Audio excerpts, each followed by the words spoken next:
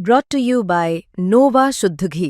जब जब खाए दिल खुश हो जाए, सदियों का नोवा शुद्ध देसी घी, सपना स्वस्थ भारत का। I love घी। नमस्कार दोस्तों, क्राइम तक में आप सबका स्वागत है। मैं हूं सुप्रतिम बैनर्जी। ये कहानी है मुंबई की। मुंबई में एक काफ़ी अमीर कारोबारी रहा करते थे जिनका नाम था अयूब सैयद।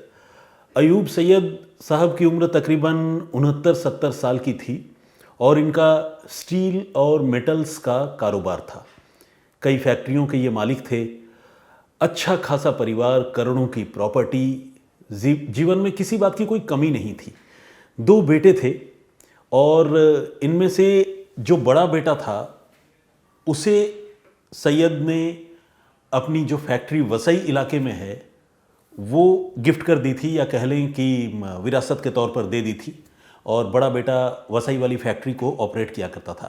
छोटा बेटा चारकोप में एक फैक्ट्री है और चारकोप के उस फैक्ट्री में खुद जो अयूब सैयद हैं वो भी एक्टिवली लगे रहते थे। तो अयूब सैयद के साथ छोटा बेटा उस चारकोप वाली फैक्ट्री को संभालता था। और जैसा कि मैंने आपको बताया, बड़ी मुश्किलों से अयूब सैयद ने ये पूरा का पूरा एम्पायर खड़ा किया था। करोड़ों का काम था और लगातार बिजनेस जो है वो बढ़ ही रहा था। तो देखा जाए तो सब कुछ ठीक था, पिक्चर परफेक्ट था। लेकिन एक बहुत ही दुर्भाग्यजनक घटना अयूब सैयद के साथ हुई पिछले महीने, यानी सितंबर मंथ में 21 तारीख को, 21 सितंबर 2025। हुआ ये कि अयूब अपने चारकोप वाली फैक्ट्री में मौजूद थे और इसी बीच सुबह तकरीबन 11 साढ़े 11 बजे कुछ लोग उनसे मिलने के लिए आए। तकरीबन आधे घंटे तक उनके साथ वो बंद कमरे में रहे, बातचीत होती रही और आधे घंटे बाद वो वहाँ से बड़े आराम से निकलकर चले गए। लेकिन इस आधे घंटे के बाद जब कुछ लोग अयूब सैयद के पास गए, उसी फैक्ट्री के काम करने वाले लोग, तो उन्होंने देखा, चेंबर की जो हालत देखी, उसे देखकर उनकी गले से चीख निकल गई। वो घबरा गए क्योंकि सैयद साहब जो है वो खून से लथपथ अपनी कुर्सी पर, बल्कि कुर्सी के नीचे पड़े हुए थे और उनके पूरे शरीर में चाकुओं के कई सारे घाव थे। ऐसे घाव जो बहुत डीप थे, डीप वुंड थे और कई इंटरनल ऑर्गन और जिसे वाइटल ऑर्गन कहते हैं वो सारे ऑर्गन जो है ज़ख्मी हो चुके थे। इसमें एब्डोमिनल पार्ट, पीठ के हिस्से में, हाथों में, गले के आसपास चाकुओं के निशान थे, जिसे देखकर ये साफ था कि जो भी कातिल थे उन्होंने बहुत ही ब्रूटल तरीके से, बहुत ही बेरहम तरीके से अयूब सैयद को निशाना बनाया था। लेकिन ये लोग कौन थे, कहाँ से आए थे, अयूब सैयद की हत्या क्यों की, ये सारे सवाल अपने आप में अपनी जगह पर खड़े थे और ये बहुत बड़ा राज था। चारकोप पुलिस को इस घटना की जानकारी मिली तकरीबन 12 साढ़े 12 बजे के आसपास। चारकोप की टीम, पुलिस की टीम फ़ौरन मौके पर पहुंची और सीन ऑफ क्राइम का बहुत बारीकी से मुआयना किया। जितने लोग फैक्ट्री में थे, ऑब्वियसली फैक्ट्री में तो बहुत लोग थे लेकिन उतने लोगों से नहीं, लेकिन जितने लोगों से संभव हो पाया, जो एक्टिवली ऑफिस के आसपास काम करते हैं और जिनका 1 to 1 बातचीत जो है वो अयूब सैयद से होती थी, उन सारे लोगों से ये जो है वो पुलिस वालों ने पूछताछ की, बातचीत की।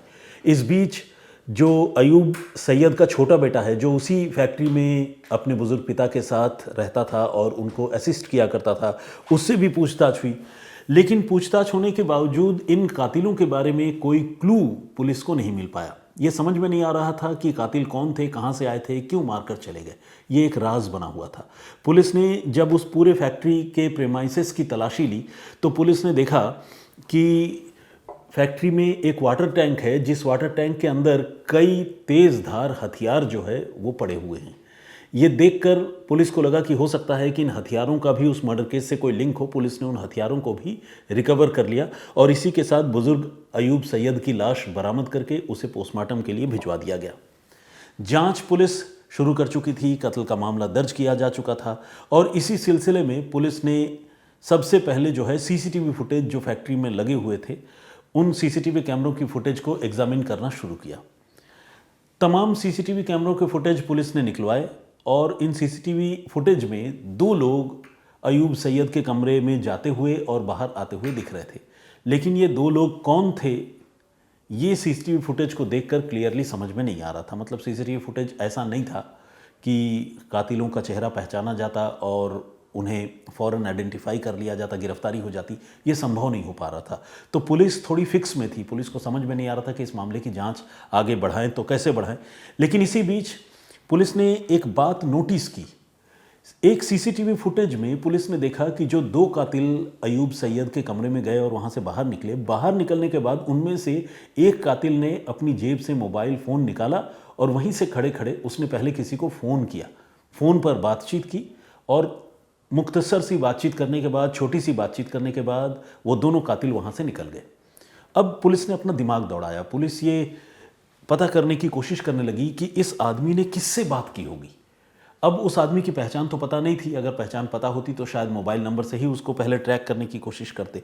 तो पुलिस ने ये तय किया कि जिस तरह से टारगेट करके, जिस तरह से बिल्कुल निशाना बना के प्लानिंग करके अयूब सैयद को चाकू मारे गए हैं, उससे लगता है कि शायद इनका कोई नज़दीकी आदमी इस घटना के पीछे हो सकता है। फिर वो नज़दीकी आदमी कोई अच्छा दोस्त हो सकता है, कोई पुराना रिलेटिव हो सकता है, बिजनेस में शामिल लोग हो सकते हैं, या कोई दूसरा बिजनेसमैन हो सकता है, घर परिवार के लोग हो सकते हैं, कोई भी हो सकता है।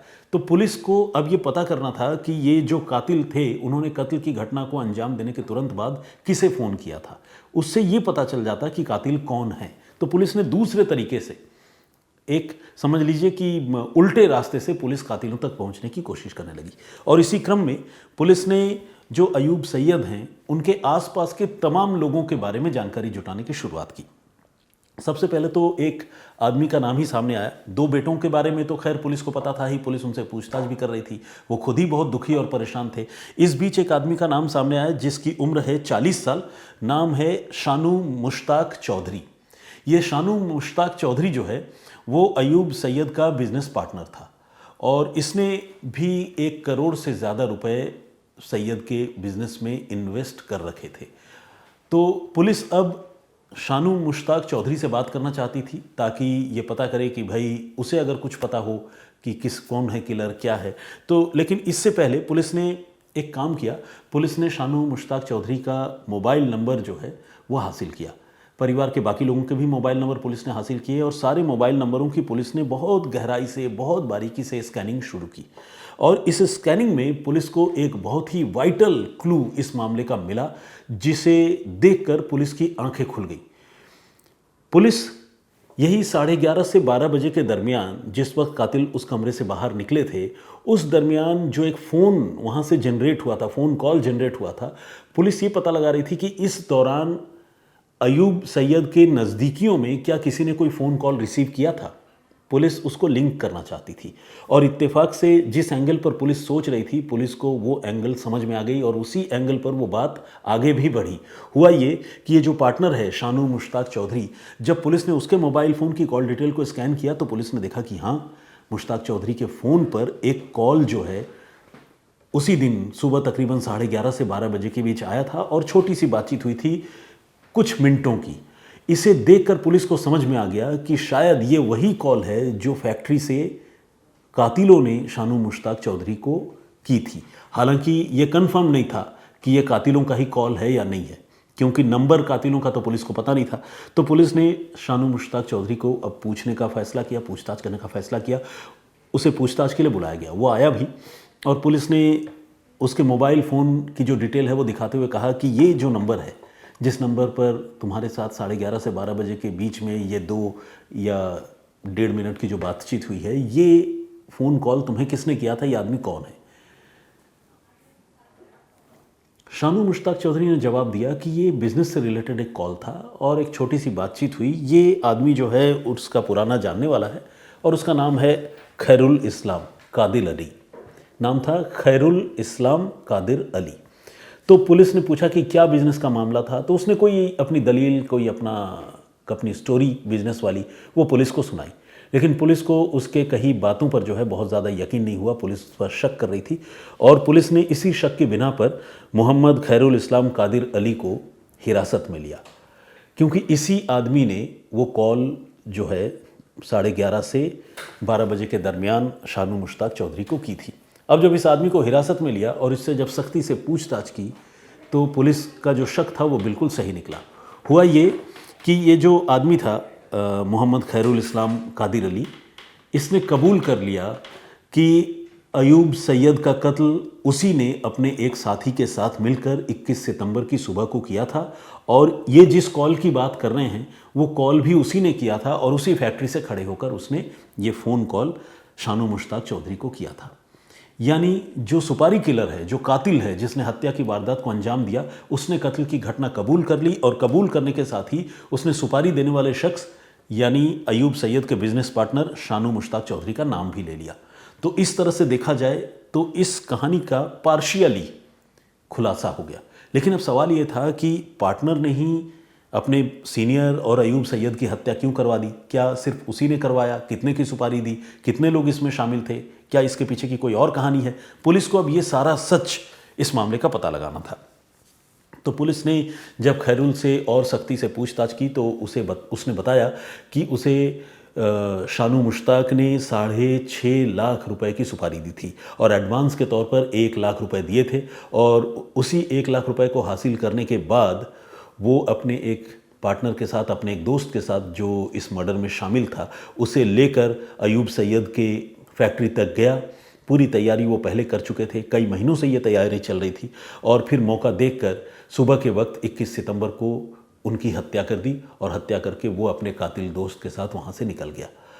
पुलिस ने पूछा कि वो फ़ोन कॉल तुमने क्यों किया था और क्या बता रहे थे?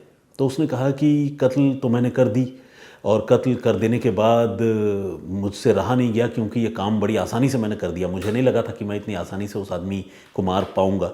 हो सकता है कि वहाँ कोई और सिचुएशन क्रिएट हो जाता, मैं डरा हुआ भी था।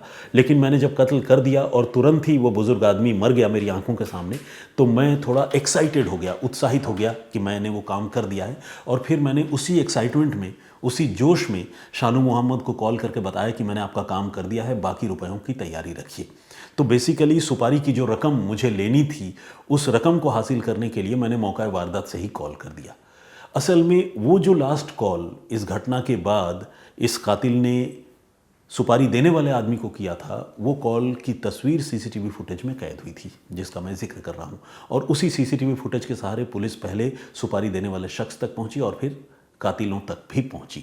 लेकिन इस कहानी में और भी पेंच थे। पेंच ये थे कि कत्ल की ये साजिश सिर्फ बिजनेस पार्टनर शानू मुश्ताक चौधरी ने नहीं रची थी, बल्कि इसमें खुद अयूब सैयद का छोटा बेटा हामिद अयूब सैयद भी शामिल था, जिसकी उम्र 41 साल है। अब आप पूछेंगे कि छोटा बेटा क्यों शामिल था? क्योंकि छोटे बेटे के साथ तो वो खुद चारकोप वाली फैक्ट्री चलाया करते थे, परिवार में रुपए पैसों की कोई कमी नहीं थी, कोई खींचतान नहीं थी। बेटा बाप का कातिल क्यों बन गया? तो दोनों के कातिल बनने की वजह जो है वो अलग अलग है। जो बिजनेस पार्टनर है शानू मुश्ताक, उसके कातिल बनने की अलग वजह है, और हामिद अयूब सैयद जो छोटा बेटा है उसके कातिल बनने की अलग वजह है। सबसे पहले मुश्ताक सैयद की वजह जानिए। मुश्ताक सैयद ने तकरीबन 1 करोड़ रुपए उन्हीं फैक्ट्रीज़ में अयूब सैयद के साथ जो है वो इन्वेस्ट कर रखे थे शानू मुश्ताक ने। तो उसने जो रुपए इन्वेस्ट कर रखे थे, उसको उन रुपयों के बदले में कोई प्रॉफिट जो है रिमार्केबल अभी तक नहीं हुआ था। इसके अलावा अभी हाल ही में फैक्ट्री के कुछ मशीन वगैरह का रिपेयर कराने के नाम पर उसने और 8 लाख रुपए दिए थे, और वो उम्मीद कर रहा था कि उसे कुछ रिटर्न मिलेगा। लेकिन जब भी वो प्रॉफिट या रिटर्न के बारे में बात करता तो अयूब सैयद जो है ये कहकर टाल देते कि अभी कोई प्रॉफिट नहीं हुआ है। तो ये जो शानू मुश्ताक चौधरी है वो बड़ा फ्रस्ट्रेटेड था, और उसे लग रहा था कि बुज़ुर्ग कारोबारी जो है उसका पार्टनर वो उसे धोखा दे रहा है और प्रॉफिट नहीं दे रहा है। इस बात से वो बड़ा तपा हुआ था, गुस्से में था। और हामिद अयूब सैयद जो बेटा है, उसकी कहानी ये थी कि उसे ये लगता था कि मेरे वालिद ने, मेरे पिता ने, अयूब सैयद ने मेरे बड़े भाई को एक फैक्ट्री तो दे दी है वसई वाली, लेकिन मेरे नाम ये चारकोप वाली फैक्ट्री नहीं कर रहे हैं। मुझे सिर्फ एक फ्लैट देकर जो है वो छोड़ दिया है, जबकि प्रॉपर्टी में इतना हिस्सा तो मेरा भी बनता है कि मुझे भी एक फैक्ट्री मिले, हम 2 बेटे हैं।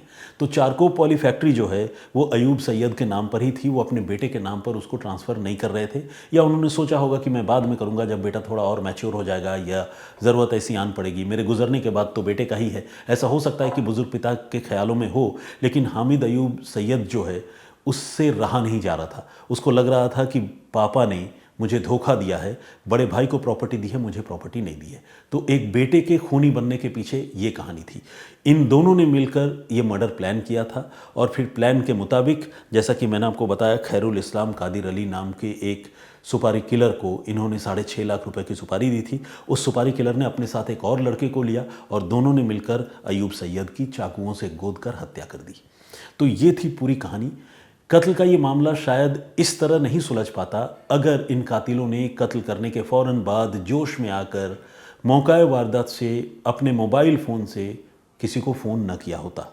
लेकिन उन्होंने फ़ोन किया और जाहिर है कत्ल करने के बाद फ़ोन जो है वो किसी भी रैंडम दोस्त को या फैमिली वाले को तो करेगा नहीं। कत्ल करने के फ़ौरन बाद अगर कोई फ़ोन कर रहा है तो जाहिर है किसी ऐसे आदमी को ही करेगा जिसके साथ इस मर्डर केस का कोई ना कोई कनेक्शन हो। तो पुलिस को यहाँ से क्लू मिला और पुलिस ने इस तरह से इस मामले को सॉल्व कर लिया। तो thanks to Mumbai police, specially Charkop police, जिसने इस मामले को सुलझाया। लेकिन आज के इस पेशकश को ख़त्म करने से पहले आइए जल्दी से जो मेरी प्रीवियस स्टोरी थी उस पर आप लोगों ने जो कुछ कमेंट्स किए थे, कुछ लोगों के नाम और कमेंट्स पढ़ता हूँ, जैसा कि मैं रोज़ किया करता हूँ। हमने जो प्रीवियस स्टोरी आपको सुनाई थी, हमने बताया था कि किस तरह से महज 16 साल की एक छोटी सी बच्ची ने, जो प्रेग्नेंट थी, उसने अपने बॉयफ्रेंड का गला काट कर कत्ल कर दिया था। इतनी भयानक और विभत्स वारदात को जो अंजाम दिया, उसके पीछे भी बड़ी शॉकिंग स्टोरी थी। आप में से जिसने भी वो स्टोरी नहीं सुनी है तो आपसे रिक्वेस्ट करूंगा कि क्राइम तक के प्लेलिस्ट में जाकर सुप्रतिम से सुनिए में आप उसे सुनिए। नरेंद्र उर्फ सरेंद्र नाम के हमारे एक दर्शक हैं, उन्होंने हौसला अफजाई की है और कहा है कि आप स्वस्थ रहें, खुश रहें और कहानी सुनते सुनते जो है मैं सो जाता हूं, उन्होंने ऐसा कहा है। Thank you very much. SB gaming के नाम से एक आईडी है, उन्होंने भी कमेंट किया है। स्वागत आपका। टेंडोल हमारे रेगुलर लिसनर हैं, उन्होंने थैंक यू बैनर्जी साहब एंड टीम लिखा है। होमी राय साहब का भी कमेंट है। जगदीश चांडेगड़ा जी हमारे रेगुलर लिसनर तो हैं ही, रेगुलर कमेंट भी करते हैं। रणवीर कुहार साहब ने कमेंट किया और उन्होंने कहा है कि लड़कियां पहले प्यार में अंधी हो जाती है, पहले तो वो अपना सब कुछ लुटा देती हैं और फिर जब से लिव इन को सरकार की ओर से मान्यता दी गई है तब से जो है आज़ाद ख्याली सोसाइटी में बढ़ गई है, जिसके बाद इस तरह की घटनाएं होती हैं। नवीन कुमार ने भी कमेंट किया है, बहुत बहुत स्वागत आपका, बहुत धन्यवाद। और लेकिन उन्होंने ये कहा है कि क्राइम तक में एक ही कहानी 2 से 3 बार सुनने को मिल रही है आपके चैनल पर। लेकिन मेरे कहानी पर आपने ये कमेंट क्यों किया है मुझे नहीं पता, क्योंकि मैंने जो 2 स्टोरी प्रीवियसली आपको सुनाई थी वो दोनों स्टोरी क्राइम तक के किसी और साथी ने कवर नहीं की है। पता नहीं आपने ऐसा क्यों कहा। कई बार ऐसा होता है कि रिपीट होती है स्टोरियाँ, वो ह्यूमन एरर भी हैं। और दूसरा ये कि डेवलपिंग स्टोरीज़ होती है तो नई जानकारी आती है तो उस पेशकश को अलग अलग रिपोर्टर अलग अलग तरीके से आपके सामने लेकर आते हैं। राघवेंद्र तिवारी साहब ने भी कमेंट किया है, बहुत स्वागत आपका। शंकर दयाल मिश्रा जी हैं, PK चंद्रा जी हैं, लकी सिंह, रिकी सलारिया, रोहित सिंह, शुभम निषाद का कमेंट है और इसके अलावा इसरार शेख, ब्रिजेंद्र सिंह और शाहरुख खान। और इसके अलावा घूमो घुमाओ के नाम से एक आईडी है, घूमो और घुमाओ के नाम से, इन्होंने भी कमेंट किया है। Thank you very much. Muralidhar ji ने भी कमेंट किया है और SRP के नाम से एक आईडी है, उन्होंने भी कमेंट किया है। ऐसे तो बहुत सारे लोगों ने कमेंट किया है और मैं हर रोज़ कहता हूं कि सारे लोगों के नाम और कमेंट्स एक दिन में तो नहीं पढ़ सकता, लेकिन आपसे रिक्वेस्ट रहती है कि आप ज़रूर कमेंट कीजिए और मैं कुछ चुनिंदा लोगों के कमेंट रैंडमली पढ़ता हूं और उनके जवाब देने की कोशिश करता हूं। फिलहाल मुझे इजाज़त दीजिए, अपना बहुत ख्याल रखिए, सुरक्षित रहिए। मेरे साथ आज कैमरा पर्सन शगुन हैं, उनको भी इजाज़त दीजिए और फिर हाजिर होंगे किसी और कहानी, किसी और वाक़े के साथ। तब तक के लिए जय हिंद, जय भारत।